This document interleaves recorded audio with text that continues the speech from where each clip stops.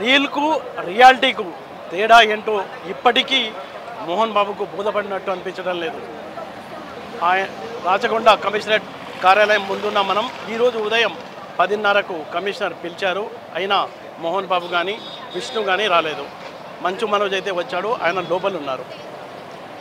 మహానటుడు కదా, కమిషనర్ పిలిచినా రాలేదు, హాస్పిటల్లో జాయిన్ అయ్యాడు. అంతేకాదు తెలివైన వాడు కదా, హైకోర్టులో లంచ్ మోషన్ మూవ్ చేశాడు.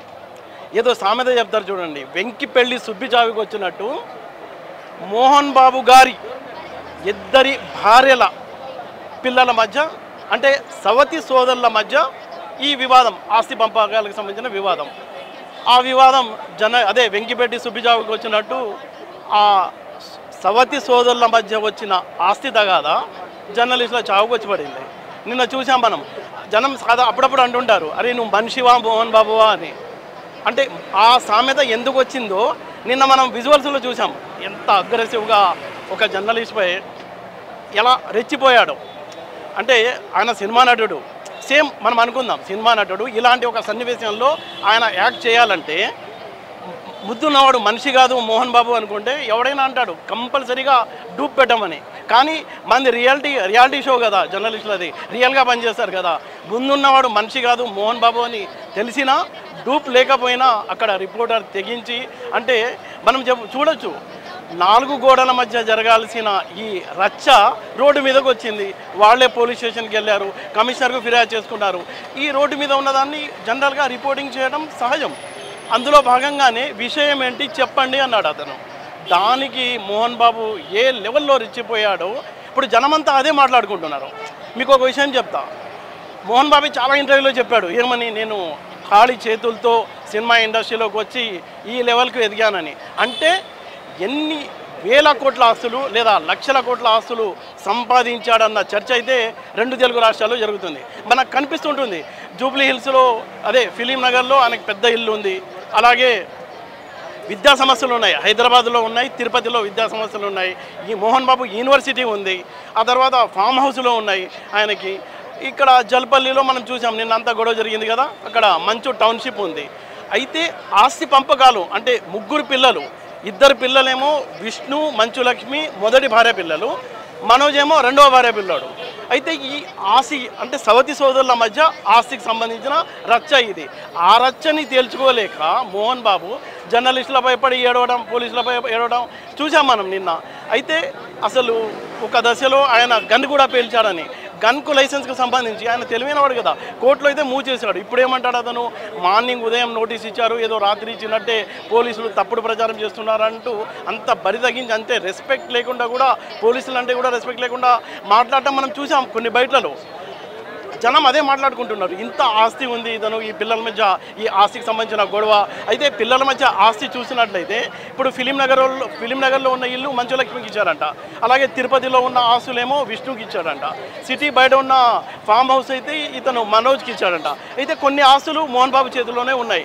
దానికి సంబంధించి గొడవ జరుగుతుంది. సెప్టెంబర్లోనే మనోజ్ కొంత గొడవ చేశాడంట, దానికి సంబంధించి తేల్చమని. ప్రధానంగా ఏంటంటే మంచు విష్ణుకి మనోజ్ భార్యకి అస్సలు పట్టం లేదంట, అందుకే ఆయన దుబాయ్లో ఉంటున్నాడు, మంచు లక్ష్మి ఏమో బాంబేలో ఉంటుంది. అయితే ఈ రచ్చ జరుగుతుంది, దీన్ని పరిష్కారం చేసుకోలేకపోయాడు మోహన్ బాబు, అందుకే వాళ్ళ ఫ్యామిలీ రోడ్డు మీద పడింది. అది చూస్తున్నాం మనం గత 3 రోజులుగా. అంటే శనివారం రాత్రి నుంచి ఆ రచ్చ అయితే కొనసాగుతూనే ఉంది. దానికి ఎండింగ్ ఎలా ఉంటుంది, ఇప్పుడు అందరూ కొత్తగా బయటకు వస్తున్నాయి, మేము ఆ ఫ్యామిలీలో చిన్న గొడవ అది సెట్ అయిపోయింది, మేము సెట్ చేసుకుంటామన్న మళ్ళీ నంగనాచి కబుర్లు అయితే చెప్తున్నారు. మధ్యలో బలి అయింది మీడియా వాళ్ళు. అంటే వీళ్ళు అంటే ఇప్పుడు ప్రధానంగా ఈ ఎడ్యుకేషనల్ ఇన్స్టిట్యూట్కి సంబంధించిన ఆస్తిలో, అలాగే ఈ మంచు టౌన్షిప్లో ఆస్తి గొడవ ఉంది. ఇప్పుడు మనోజ్ కూడా మాట మార్చాడు, నేను ఆస్తులు ఏం అడగడం లేదు, నా వ్యక్తిగతంగా నన్ను బాగా హింసిస్తున్నానని. అంటే ఈ మొత్తం ఎపిసోడ్లో కనుక మనం చూసుకున్నట్లయితే 2 పాత్రలు ఉన్నాయి. ఒక పాత్ర ఏమో వినయ్ పాత్ర. ఆ వినయ్ పాత్ర ఏంటంటే మొత్తం వీళ్ళ కాలేజీ వ్యవహారాలు ఆయన కీలకంగా చూస్తాడు. అయితే ఆ వినయ్ వచ్చి ఇప్పుడు మంచు మనోజ్ని కొట్టారంటారు. అయితే ఇంకొక పాత్ర ఉంది సారథి అనేవాడు వరుసకు మోహన్ బాబుకు తమ్ముడు అవుతాడంట, అంటే వీళ్ళకి బాబాయ్ అవుతాడు. విష్ణు సినిమాల్లో వచ్చినప్పుడు అతను విష్ణుతోనే పాటు ఉండి చాలా కీలకంగా వివరించేవాడు. ఆ తర్వాత మోహన్ బాబుకు దగ్గర అవ్వడం, ఇప్పుడేమో ఏమైందో వాళ్ళ మధ్య కూడా తెలియదు, కానీ అతను మంచు మనోజ్తో ఉన్నాడు. నిన్న మనం చూసాం వాళ్ళ ఇంట్లో ఉండే వాచ్మెన్ పని మనిషి ఒక బయట కూడా ఇచ్చింది. ఆమె బయటకు వచ్చి ఇద్దరి మధ్య గొడవ అవుతుంది. ఆ గొడవ జరిగినప్పుడు మనోజ్ వాళ్ళ అమ్మ వాళ్ళ భార్య మౌనిక వాళ్ళ ఇద్దరి మధ్య ఈ లొల్లి అంతా జరిగింది, ఒకళ్ళు తోసుకున్నారు అని కూడా ఆమె ప్రత్యక్షంగా చూసింది కాబట్టి ఆమె చెప్తుంది. అయితే ఆమె ఇంకొక మాట కూడా చెప్పింది, విష్ణుబాబుకి బాగా మోహన్ బాబు అంటే వాళ్ళ తండ్రి అంటే బాగా ఇష్టము, తండ్రిని ఏమన్నా పల్లెత్తు మాట అన్నా అస్సలు ఊరుకోడు, ఇప్పుడు మనోజ్ ఏమో ఆయన్ని తోసేశాడు, ఈ నేపథ్యంలో వచ్చి ఇంకెంత రచ్చ అవుతుంది అన్న టెన్షన్ అయితే ఉంది. ఇప్పుడు కొంతమంది అంటున్నారు ఇప్పుడు ఇద్దరు కూడా బౌన్సర్లను కూడా పెట్టుకున్నారు.